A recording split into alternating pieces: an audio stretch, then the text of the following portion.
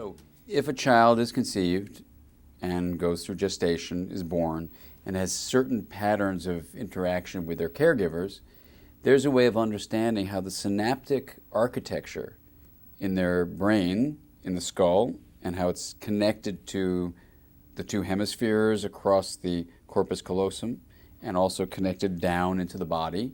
So just to look at those two forms of integration, left and right, and up and down, you can actually sense how attachment experiences in the past, so going across this fourth dimension, have then molded the way not only the synaptic connections get formed, but how the child now with those synaptic tendencies will begin to, in a way, stimulate the environment to give them feedback which is in accordance with what they are familiar with.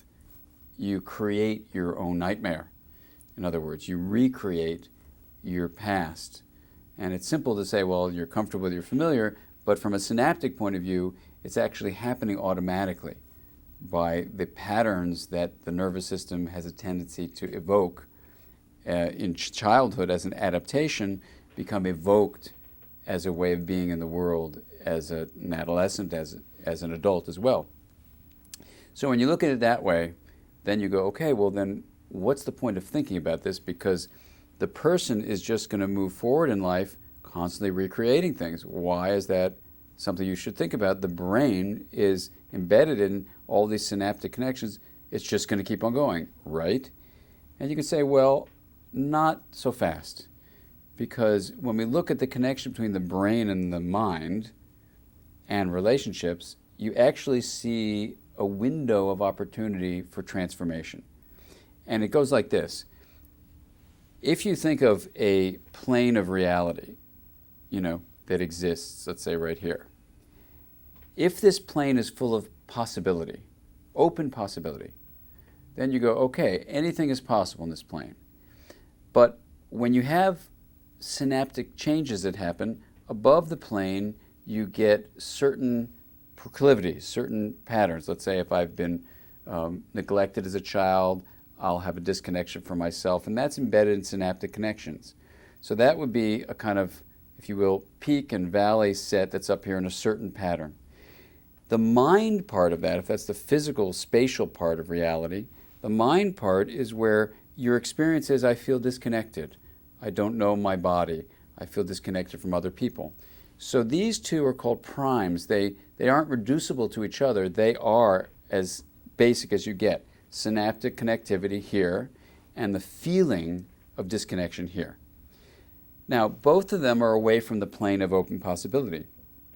What we want to do in therapy is give people the opportunity to relax their subjective experience into openness, and at the same time, that will bring synaptic firing patterns into the openness too, a receptive, open, synaptic state. Now, when you think of it this way, then, from that openness becomes all sorts of possibilities. Instead of just being mired in a certain synaptic profile, which has a certain mental experience, you can drive either through pushing mental experience, energy and information flow, in a different direction toward this plane of open possibility. You also are going to push synaptic firing that way. So the mind, this energy and information flow regulation, can bring synaptic firing with it. It isn't just the opposite, where, you have these synapses and they're going to follow a certain pattern and your mind will just passively follow. Not at all. So when you really think this way, then you realize the mind can actually change the firing patterns of the brain. And the idea of this open possibility plane is that when you bring people there, you can show them new ways of being. A simple example would be a person who is raised in this avoidantly attached way can, with the proper either experiences through a book or through relationships or in psychotherapy, have the experience of returning to openness and, let's say, getting more connected to their body.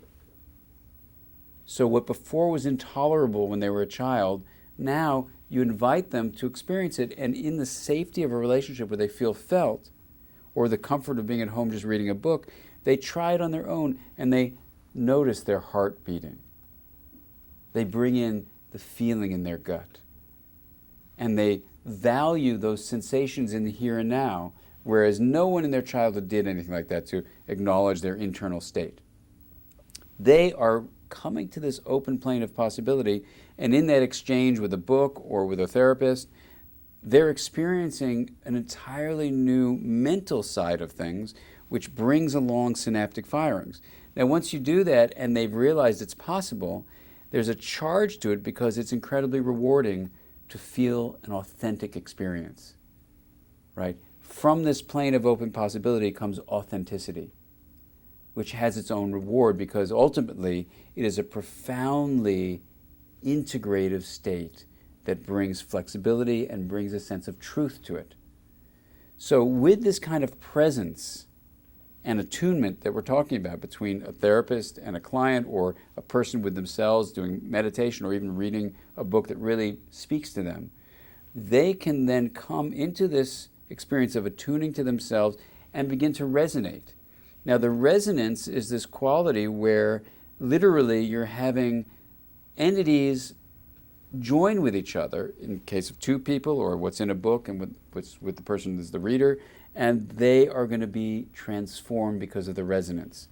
Truth emerges, a sense of trust emerges. All these things are going to change as things move forward. And now the person is not the same as they used to be. So even though before, let's say in this particular case, someone was distant from their own internal experience, constantly created distant relationships with others, said, oh, there's nothing to life but this, through this process of opening, in fairly rapid order, a person can move to a whole different way of being if they've had the opportunity to go through this plane of possibility.